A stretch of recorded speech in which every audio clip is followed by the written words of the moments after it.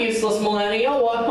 That's right. I don't know how to do anything. I can admit that. There's a lot of dudes that I can see that look like they can like fix things. I don't know how to fix anything. I just know life hacks that kind of work sometimes on things, and I use that for everything. I'll give you an example. A couple months ago, my car wouldn't start, so I did the first thing my millennial brain knows to do, which was just get out of the car and count to 10. Give my car a little timeout. Maybe I said something to it that I didn't like, or played a song he wasn't a big fan of. I don't know how this thing works, okay?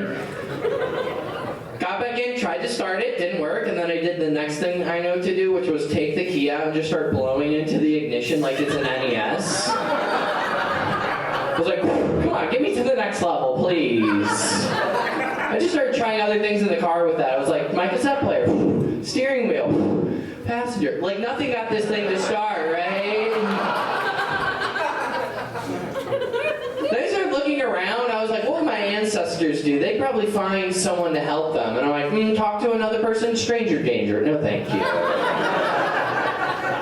But I feel like my parents describe it like you could just go out and always just find someone to help you, like with your car at all times. Like, I got out of my car and just started looking around. I was like, all right, right now I need to find someone in their 50s to help me find someone in their 60s to fix this. I was like, I need to find this mythical person that I've been told has like 2 cans of beer left on a 6-pack ring. He's got like a cigarette hanging out of his mouth with more ash than actual cigarette. Guy's name is Kickstarter for whatever reason. Couldn't find that person, so I did inevitably call a AAA baseball player. Yeah, they have 2 jobs. They don't make a lot of money. This one also worked for a tow company. It was very convenient. And maybe you guys were like me, but growing up, did anyone else think that AAA was just the graduation program of AA? Right? Like, you get through all the steps, and then they just give you a tow truck to bring other drunks into the program. That's alcoholic recycling. That's all that is. Dude got there, he had great news. Thankfully, he got there. He's like, yeah, your car's not starting because your battery is dead. And I was like, well, that's amazing. I didn't even know I had an electric vehicle. He's like, you don't. You have a 2004 Dodge Neon. I was like, well... I was like, so how do you fix that? Do you use an iPhone charger, or... I was like, please just don't tell me my car's an Android. That'd be the worst news you could give me right now. That's the weird line we're gonna go with it? Okay. My girlfriend and I have been dating for a while, and she has not made it a secret that she thinks I should be proposing pretty soon. She hit me with this. She's like, you gotta propose. We've been dating for almost 5 years. It's time. And I told her she needs to stop bringing up the conversation. It makes me uncomfortable. So now she's been trying to find like creative ways to bring it up without actually talking about it. So like the other day I stubbed my toe on our coffee table, and she was like, see?